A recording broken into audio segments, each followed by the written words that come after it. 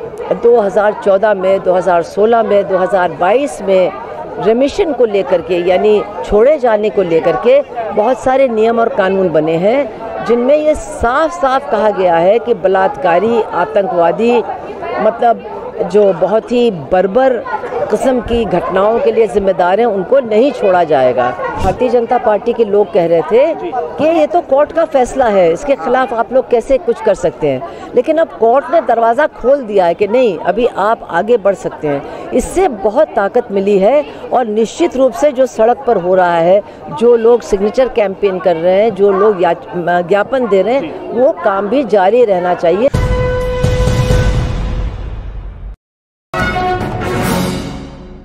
गुजरात में बिल्किस बानो के साथ हुए बलात्कार के जो 11 दोषी थे, उनको जब छोड़ दिया गया 15 अगस्त के रोज़, जिस दिन देश आज़ाद हो रहा था, उस दिन उन लोगों की भी आज़ादी कर दी गई। उसकी लड़ाई सड़क से संसद पहुंची और संसद से सुप्रीम कोर्ट पहुंची। इस लड़ाई को सुप्रीम कोर्ट तक लेकर जाने वाली हमारे साथ इस वक्त सुभाषिनी अली जी खुद मौजूद हैं, जिन्होंने ये याचिका सुप्रीम कोर्ट में डाली है। इनके साथ 2 लोग और हैं जो इस याचिका में शामिल हैं। सबसे पहले आपसे मैं ये जानना चाह रहा हूँ कि जो याचिका सुप्रीम कोर्ट में दायर की है, उस याचिका में आपने क्या कहा है और उस याचिका में क्या कहकर सुप्रीम कोर्ट में उसको दायर किया गया? ऐसा है कि इसमें मैं एक बात ज़रूर कहूँगी कि इसका श्रेय तो वकीलों को भी जाता है, जिन्होंने बिल्कुल अपनी तरफ से बहुत अच्छे ढंग से पूरी चीज़ को तैयार किया। उसमें हम लोगों ने, क्योंकि देखिए ये सब कानूनी मामले हैं तो ये बहुत तकनीकी भी होते हैं, तो अगर हम तकनीकी तौर पर देखें तो जिस कानून के तहत ये माफ़ी इनको सुनाई गई है, उस कानून के तहत ऐसा हो सकता है, लेकिन उसमें कानून में भी कुछ बातें हैं जिनका ध्यान गुजरात सरकार ने नहीं रखा। जैसे कि जो सज़ा हुई वो सीबीआई के कोर्ट ने सुनाई, यानी सेंट्रल गवर्नमेंट की एजेंसी ने, और उसमें लिखा है, हमेशा ये कहा जाता है कि जिस जज ने सज़ा सुनाई है बग़ैर उनसे बात किए उनको माफ़ी नहीं हो सकती है।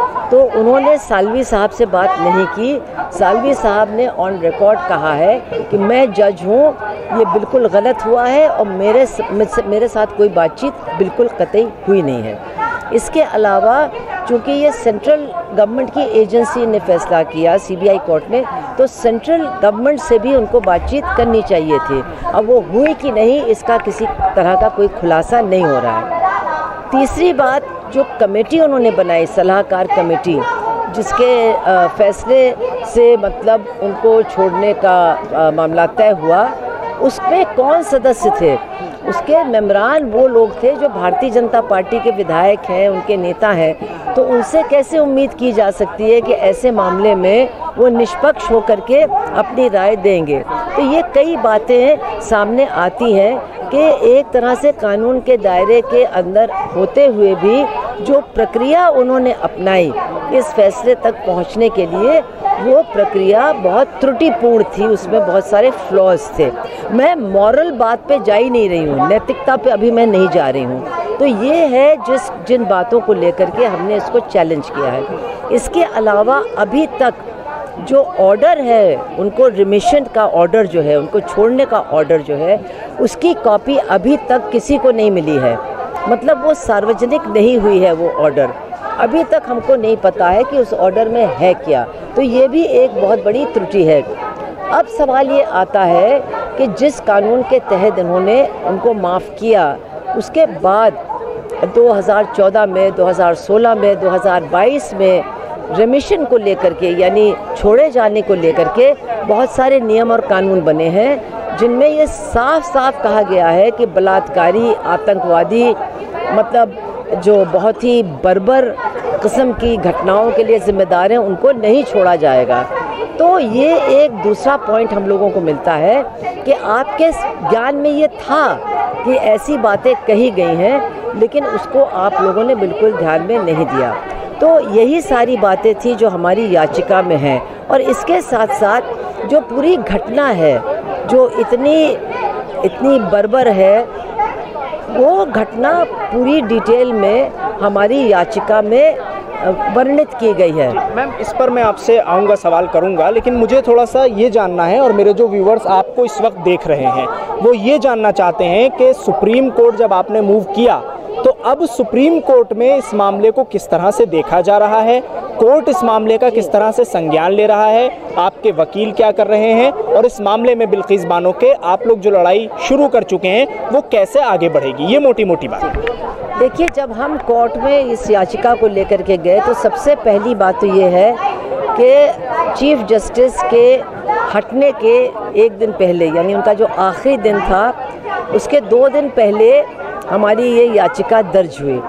तो ये बहुत एक अच्छी बात थी कि उन्होंने उसको सुना, मतलब जब वो दर्ज हुआ तब उन्होंने कहा कि हाँ हम इसकी सुनवाई करेंगे, लेकिन कल नहीं। तो हम लोग फिर घबरा गए कि कल नहीं तो कब, लेकिन उन्होंने उसके दूसरे दिन यानी बुध के दिन इसकी सुनवाई रखी, और रात को, मंगलवार की रात को ही इसका लिस्ट में आया। तो हम लोगों को यही नहीं समझ में आ रहा था कि होगी सुनवाई कि नहीं, क्योंकि बड़ी लंबी लिस्ट थी, लेकिन बहुत जल्दी सुनवाई हो गई, 11 बजे ही सुनवाई हो गई। और उसमें जो उनका बेंच था तो उसके जो 2 अलग न्यायाधीश थे वो वही थे जिन्होंने गुजरात सरकार की याचिका को, रिक्वेस्ट को हाँ करते हुए वापस भेजा था कि हाँ आप इसमें फैसला ले सकते हैं। तो उनकी तरफ से कई बातें आईं, जो ये सज़ा याफ्ता लोग हैं उनकी तरफ से भी बातें आईं कि भाई आप लोग कौन हैं इसमें दखल देने वाले, और हमको कोई नोटिस नहीं मिली वगैरह वगैरह। तो जब ये सारी बात हुई उसके पहले हमारे वकील साहब कपिल सिब्बल ने अपनी पूरी बात को रखा। तो सुप्रीम कोर्ट के जो चीफ जस्टिस हैं रमन्ना जी, उन्होंने हस्तक्षेप किया और उन्होंने कहा कि हमारी कोर्ट ने ये कभी नहीं कहा कि इनको छोड़ो, हमने ये कहा कि ये तुम फैसला ले सकते हो, लेकिन ये हमने कभी नहीं कहा सरकार पे छोड़ा था, सरकार पे छोड़ा था, हमने कभी नहीं कहा। ये जो उन्होंने बात कही, हमने ये नहीं कहा कि आप छोड़ो। और फिर उन्होंने कहा कि मैं ऑर्डर कर रहा हूँ कि गुजरात सरकार जवाब दे, इस याचिका में जो सवाल उठाए गए उसका जवाब दे। और हम लोगों ने अपनी तरफ से ये कहा कि जो वो 11 सज़ा याफ्ता लोग हैं उनको भी हम नोटिस देंगे कि वो भी अपनी बात कह सकें। और चीफ जस्टिस ने एक अहम बात और कही कि 2 हफ्तों में अगली सुनवाई होनी चाहिए। अब देखिए 2 हफ्ते होंगे या सारा ज़्यादा, लेकिन सवाल ये है कि जल्दी सुनवाई होनी चाहिए। और अब हमारे वकील इसी में लगेंगे कि पहले तो जितनी उनको जानकारी इकट्ठा करनी है कि उनका ऑर्डर क्या है वगैरह वगैरह, उसको इकट्ठा करेंगे और फिर मेरे ख्याल से सुप्रीम कोर्ट के पास जाएंगे कि इसकी सुनवाई अब जल्दी कीजिए।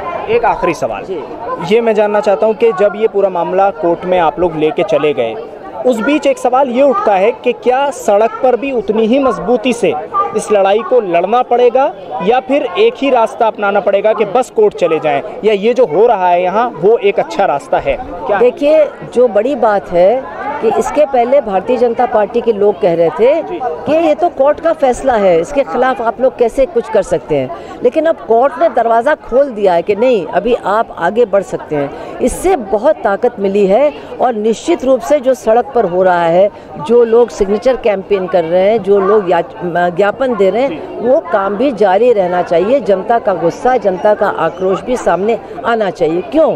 क्योंकि ये मामला केवल बिल्किस बानो की लड़ाई का मामला नहीं है। बिल्किस बानो के साथ जो हुआ उसकी तो मतलब तसव्वुर भी नहीं किया जा सकता है। और उन्होंने कितनी बहादुरी से लड़ा, इसकी भी दाद हम दे नहीं सकते हैं। लेकिन ये मामला उनसे भी बड़ा है। क्यों? क्योंकि एक तरफ तो जब ये लोग छूटे हैं तो इनका महिमा मंडन हुआ, इनके पैर छुए गए, इनको माला पहनाई गई, इनको मिठाई खिलाया गया। तो क्या कहना चाह रहे थे लोग, ये एक सवाल है। फिर एक जो उस कमेटी में था जिसने छोड़ने की राय दी, उसने कहा कि ये संस्कारी ब्राह्मण है। तो हम लोगों का बड़ा सवाल है कि क्या अब हमारे देश में न्याय प्रक्रिया बदल गई है? क्या अब जुर्म के आधार पर फैसला नहीं होगा, जात और धर्म के आधार पर होगा कि मुजरिम की जात क्या है, मुजरिम की का धर्म क्या है, और जो पीड़ित पक्ष है जिसके साथ अन्याय हुआ है उसकी ज़ात क्या है और उसका मज़हब क्या है। तो अगर इस बुनियाद पर अब फैसले होंगे तो इसका मतलब है कि हमारे मुल्क में जो संविधान हमको देता है, जो रूल ऑफ लॉ हमको देता है, वो हमसे छिन जाएगा। इसलिए ये बहुत बड़ी लड़ाई है और हर हिंदुस्तानी को, हर नागरिक को इस लड़ाई में अपने आप को शरीक करना चाहिए। शुक्रिया मैम हमसे बातचीत करने के लिए। सुभाषिनी अली जी हमारे साथ इस वक्त मौजूद थी। उन्होंने साफ तौर पर कहा है कि इस लड़ाई को मजबूती से लड़ना होगा। कोर्ट तो ये लड़ाई गई है, लेकिन उसी के साथ साथ ये लड़ाई सड़क पर भी उसी मजबूती के साथ लड़ी जाती रहेगी।